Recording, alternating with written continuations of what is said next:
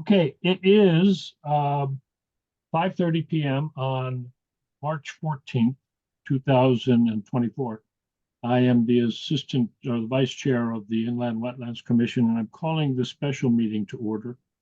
This meeting was resulting from the fact that there were technical difficulties at our regularly scheduled time, and I was not able to get in time, even though I started early. Uh, the points on the agenda uh, are a call to order and a roll call. And so I'll begin by asking commissioners and then staff to call out. Chris Dutton Present. and Commissioner Diane Chapin. Present. And we have our recording secretary, Gloria. Now we're getting some other people coming in, and members of the public, Valerie Clark, and our ever-present and helpful first select person, Amy St. Ange. And sitting where it says special meeting is town planner and developer, Tara Penn Geisick. We only have 2 items on the agenda for tonight. This may be real quick. Okay. It should be quick. The first is, since we have no alternates, okay. We have a fairly serious situation with staffing in our commission and in related commission of conservation. And we have that vacancy now on both of them.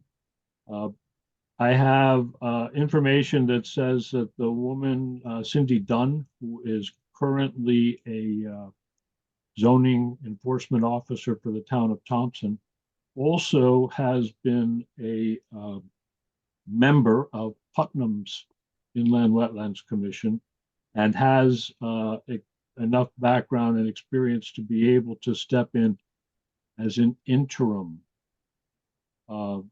enforcement officer. Charlie, let me interrupt you just for 1 second to note for Gloria that Fran came into the meeting via Zoom at 5:33. Very good, yes. So we have another commissioner, and so I presume then that Fran was also listening when I was outlining the fact that we do have a candidate that could fill as an interim officer. And I don't know the degree to which a larger search is being conducted, though I have concerns that I don't want us to be overtaxing our personnel in the town even more. So I'm inclined to be looking now as an interim enforcement officer and to expand the search. And perhaps either Tara Penn or Amy St. Ange would speak to that, and then I'll entertain a motion. Okay. The job search is open and active for the combined position of wetlands enforcement officer and conservation agent. We have received, I want to say, 7 applications thus far, varying levels of qualifications. I spoke to the HR director today, and we did come up with a tentative time frame for interviews. I believe we're going to leave the posting active for the month, and then review the candidates that have come in and try to schedule interviews probably for the 2nd week of April. If a suitable candidate is in that group, a suitable candidate is in that group of applications, then all of the making and the offers, etc., with the hope to be able to have an offer accepted by the end of April, beginning of May. That is all, there's a lot of assumptions in there. The candidates that rise to the top, will they actually take the job? Will we actually find them suitable, or will we have to go back out? In the meantime, Cindy does have the correct certification. to act on your behalf as an enforcement officer. She already does zoning enforcement for the town. She works 25 hours, 3 days a week in her current position. So she and I have already talked about it. She's prepared to come in 5 days a week so that, you know, she works now Monday, Wednesday, Thursday. She's prepared to do Tuesdays and Fridays to exclusively work on wetlands. You know, it's very gracious that she is actually also a wetlands commissioner for Putnam herself. So she is, you know, very conversant with wetlands issues in general. So really the task before you is to decide as a commission whether or not you will take her on as a temporary. It's Commissioner Chapin. I guess I missed it. What certification does she have for wetlands officer? So the requirement for the wetlands officer is the same as it is for a commissioner. You have to have that coursework, but she is a professional in land use enforcement for decades and decades. And she is also actively working in the wetland sphere as a commissioner for the town of Putnam. So the issues are familiar with her. She had been working closely with Marla since all, you know, so many applications get reviewed by both for the entire time that they were co-workers. So she's not in the capacity of wetlands. So she has some familiarity with wetlands, but I wouldn't say that she has certification for wetlands. She has the certification that is required by statute. That's what I understood also. I spoke with Marla about this when we realized that the whole thing was coming to a head. I believe that what Marla told me, and I believe what Tira just said, that the requirements are different than the experience. And we have been talking a lot about the experience that we've lost and the corporate body of knowledge that we have lost, beginning with Carolyn Wirch passing away. But the point is, we're not likely to find somebody that has that kind of experience about the town and about the issues, maybe. But we need to fill that gap. And as I've said already, I'll entertain a motion that we discuss this temporary wetlands officer or interim wetlands officer be appointed to Cindy Dunn. Somebody will make that motion. I'll make the motion. Okay, we have a motion. Is there a second? I'll second. And any discussion? Define temporary. Is this going to be, are we going to relook at this after 90 days, or is this going to be potentially for the next year and a half if they don't get a qualified candidate? If I understood Tara correctly, we've already got 6 candidates that have answered the ad. We want to run it for the end of March. And if that's true, and we don't have somebody that really jumps out of the cake and says, pick me right away, then we'll probably be hiring a new enforcement officer sometime in April. So would it be fair to say this would be acting position not to exceed the end of May or the end of June? What I don't want to see happen is not get this position filled with a wetlands officer. Okay, Chris, will you consider that a friendly amendment? You're the one that made the first motion. Oh, yes, yes. Okay, so let the record show that there is a temporary defined as the end of May I make the suggestion to just let that go through the end of the fiscal year? okay. Which is when? But I agree with End of Diane. June? June 30th is the end of Yeah, the I fiscal think that's year. fine. Yep. Okay, and I agree with Commissioner Chapin. We don't want this to languish because we feel, okay, we've got it solved. This is somebody who's got primary responsibilities already within the town. Fortunate that she's got experience with most of the issues that we're called to deal with anyway. Yeah, no doubt. But, we're going to miss an awful lot of that knowledge that Marla brought and that even that Dan had. But Marla knew a lot of the nuances of how the state regulations are structured. So, Okay, so are we at it's Commissioner Chapin again, are we at a motion to temporarily appoint her through the end of the fiscal year? that's correct. There's a motion and a second to. Okay, I'm good with conversation. All those in favor, please say aye. Aye. Okay, it's carried unanimously. And I will expect that either Amy St. Ange or Tira Penn will contact her and let her know of this because I don't see her name on. Yeah, she wasn't available tonight, but I will obviously see her at the office. Her office is right across from mine, so I'll see her Monday morning. I remember. And Okay. Gloria, for the purposes of the minutes, the motion was made as amended by Chris Dustin, and then I believe it was Fran who made the second. Thank you. Okay. Now, the other item on the agenda is the permit extension for a property. There's a request to transfer WAA 240006. Currently, it's held by David Chitton, Citron, Chitron.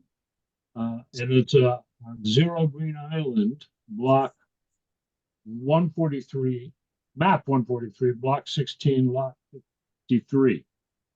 This application had originally asked for get over to that page.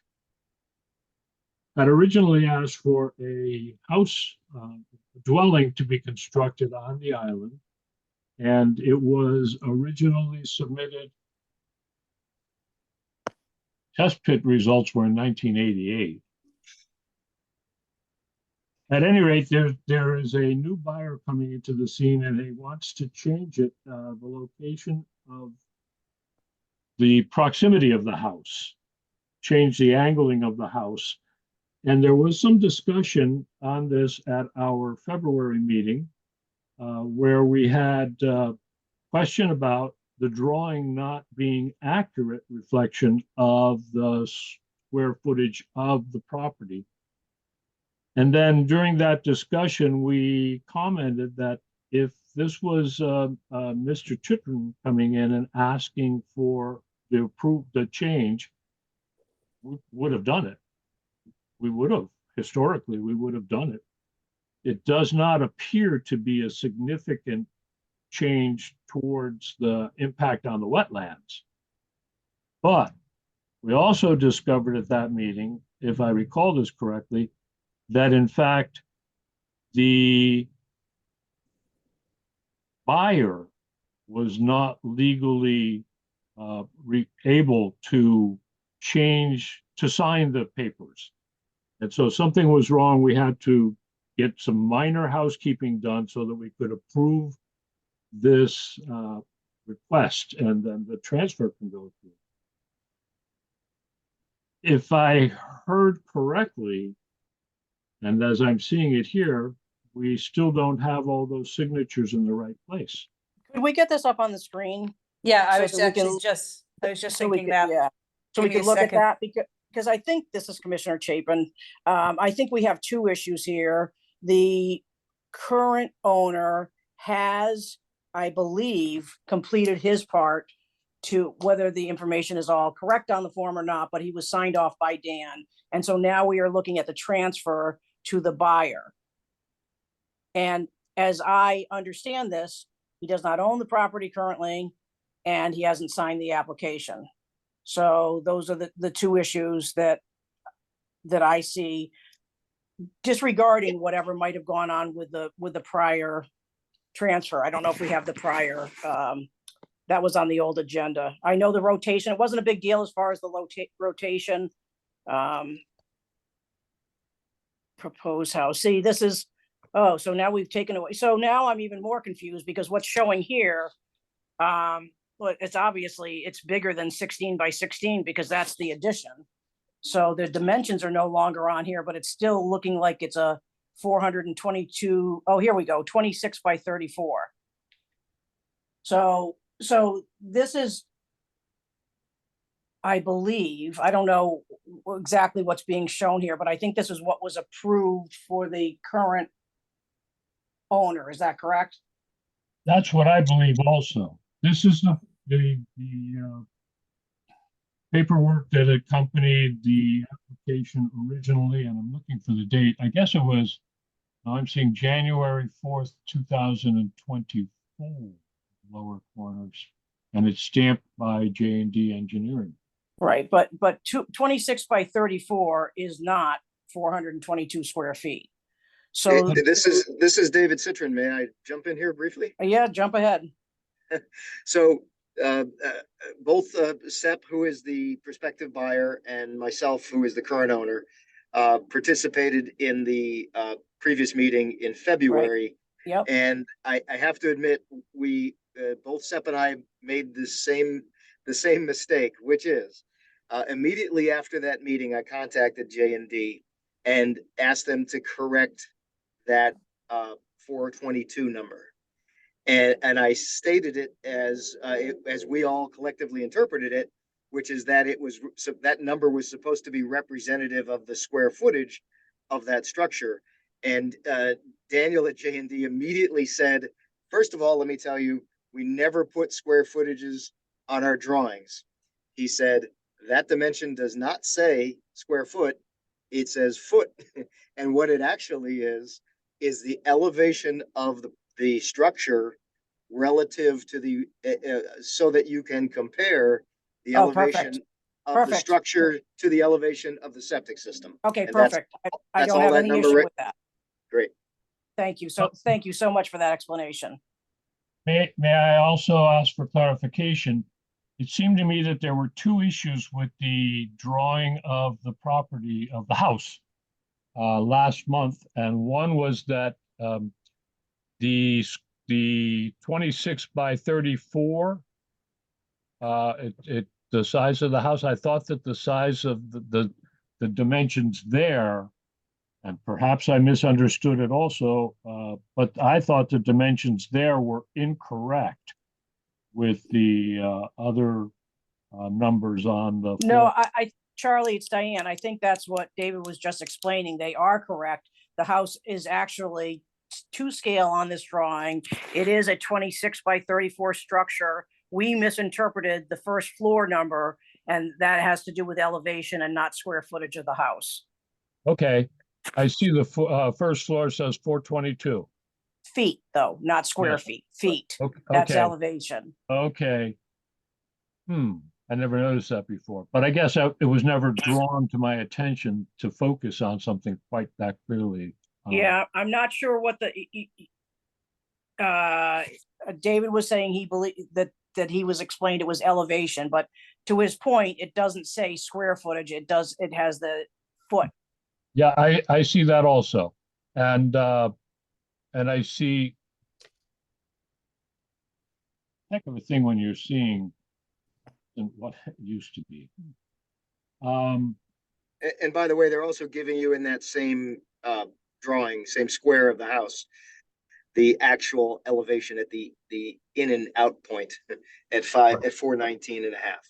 Right. Yes, I see that 418 and 420 on lines that are drawn away from that foundation or the outline of the house. Okay. Okay. Can I just agree. I agreed that I had misunderstood that.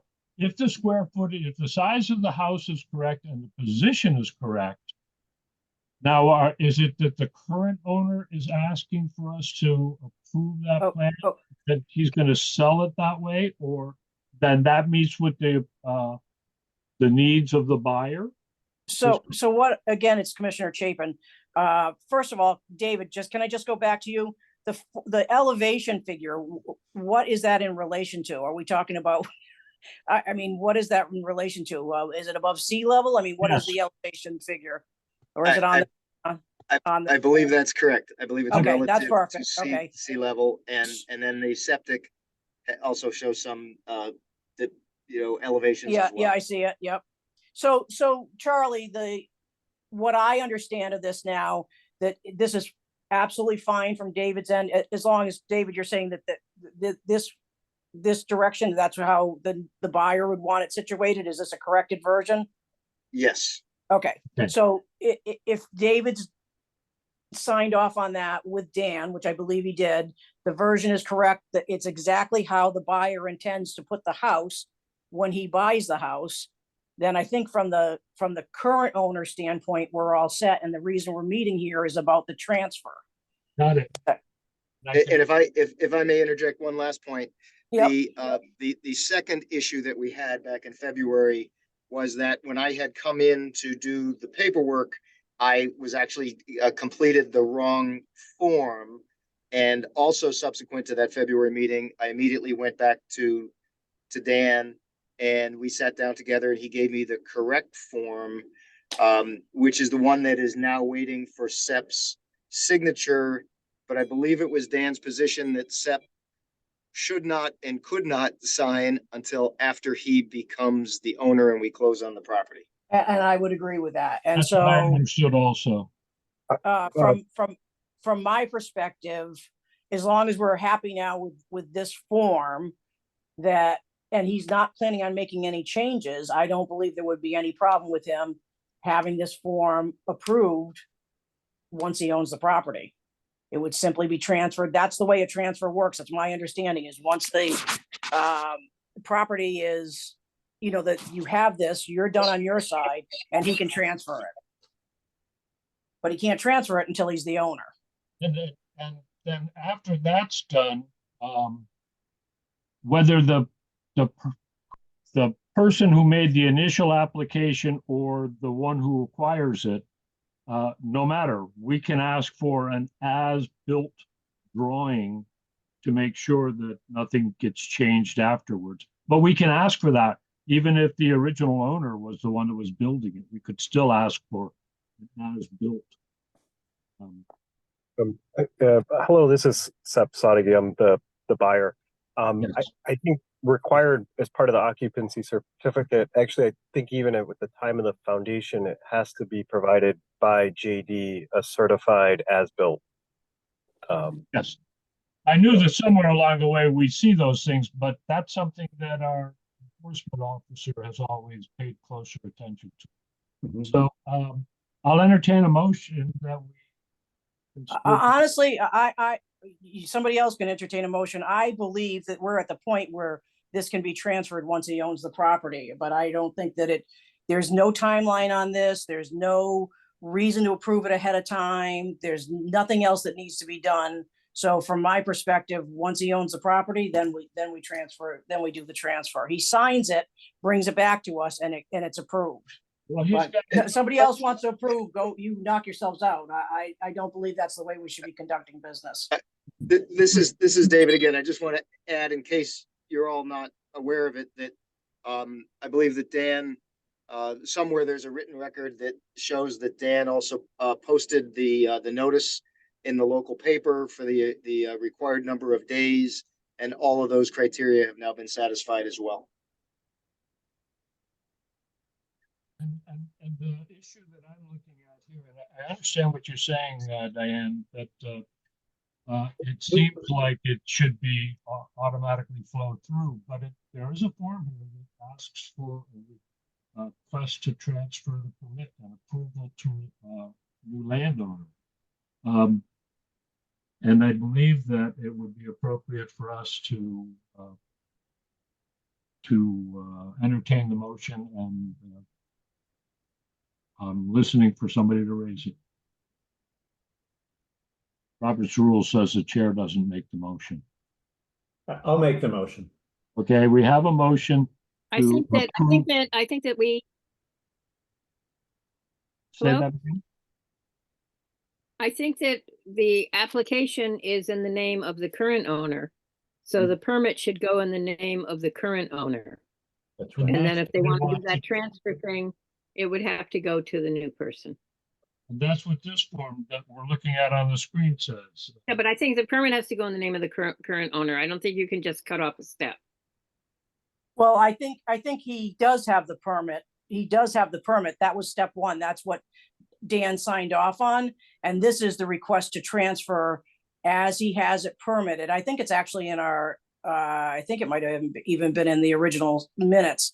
But this is, in my opinion, should be after the new owner takes He possession. hasn't bought it yet, though. That is correct. That's why I After said he I closes. am not on board with approving this transfer to somebody who doesn't own the property. I believe everything is in place, ready for it to be transferred, but he doesn't own the property. There's no timeline on this. We don't have to approve it at this meeting. We don't have to approve it at next meeting. When he owns the property, I see no reason, based on what I'm looking at now, not to approve it, but he Then does it not should be own the almost property. automatic. Yeah. Okay, rereading this, I see what you're saying, that,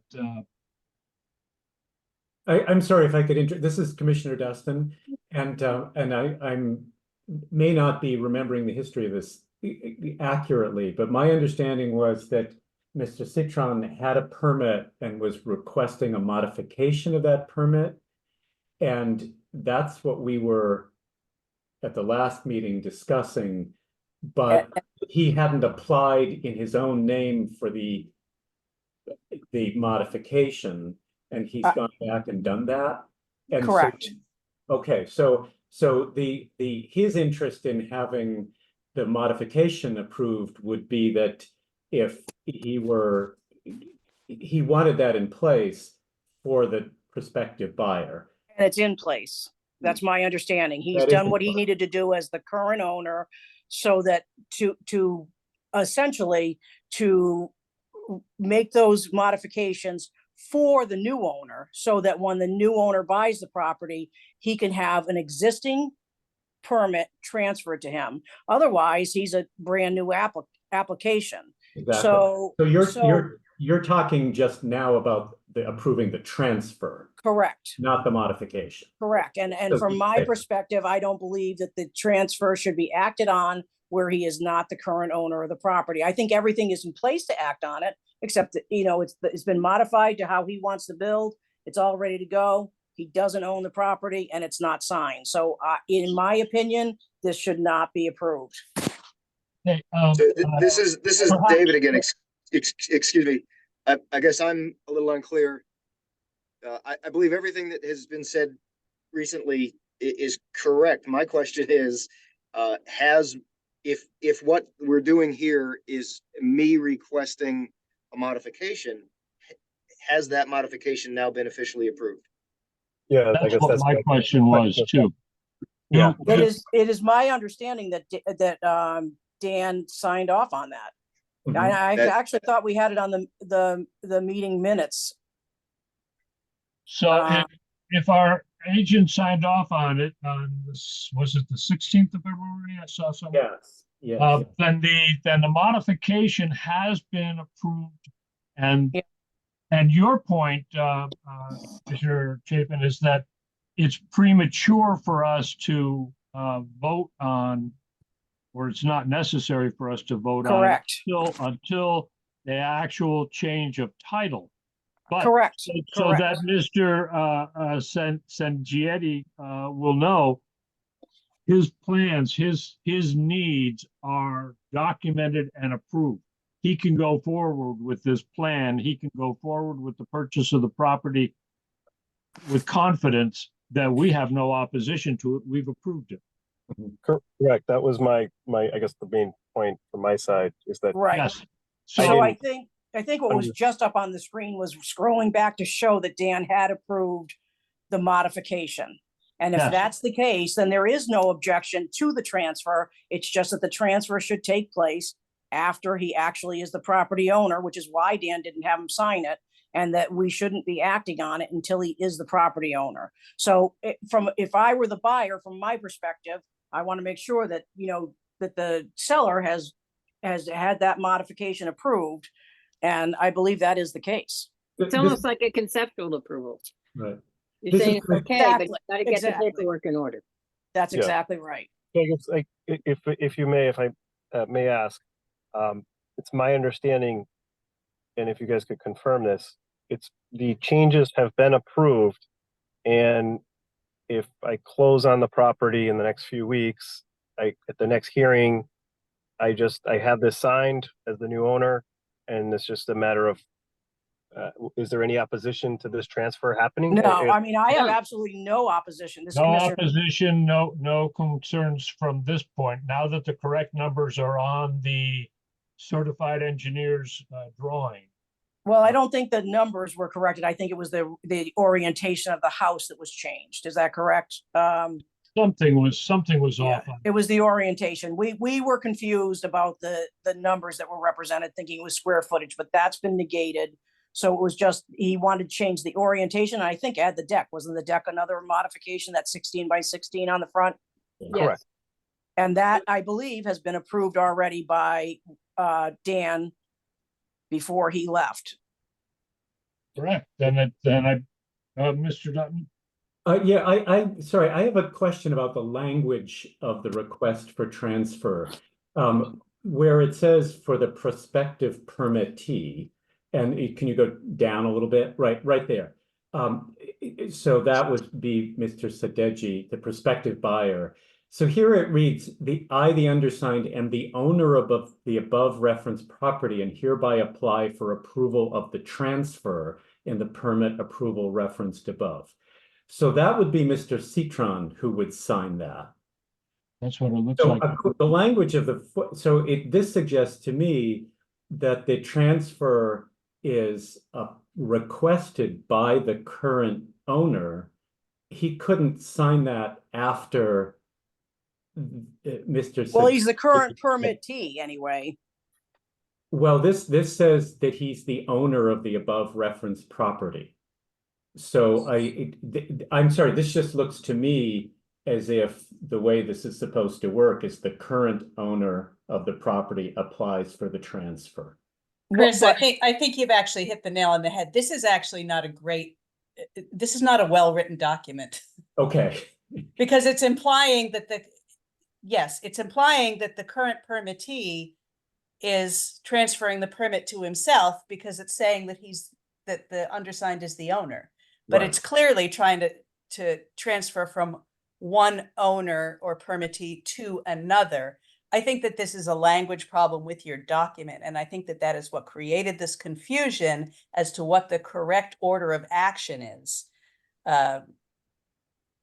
So I think that you've satisfied your order of action as long as Mr. Sadeghi and Citron are equally comfortable with the fact that you have expressed that you have no objection to this transfer. It's just that, as Diane's pointed out, it is premature in this order of action at this time.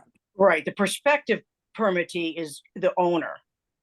So that will be once the closing has taken place and the deed is filed with the town, then I believe we can sign off on this.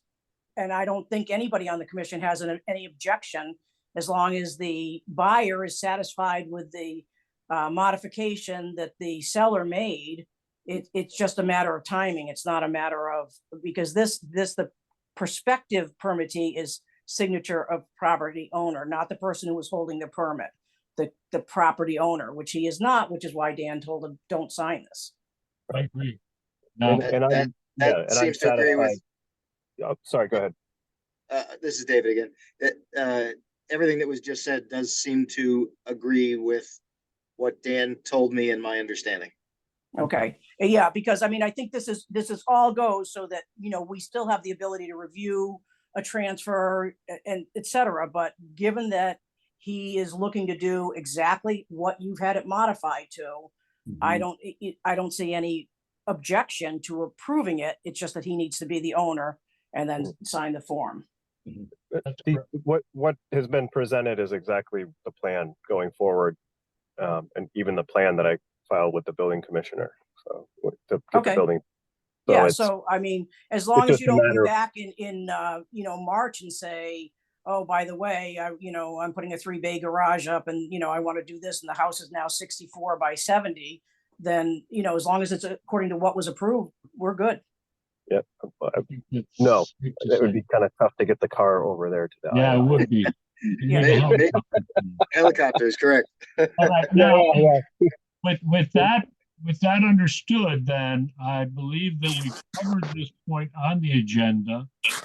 We're satisfied that the permit has been properly modified and approved by the wetlands agent at the time.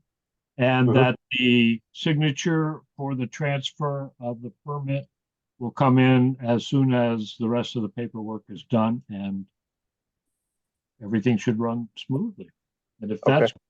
that's correct, then I don't see anything else on the agenda for tonight.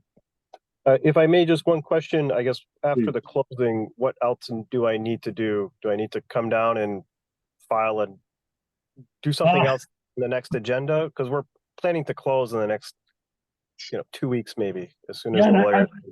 if I understand this correctly, as soon as you have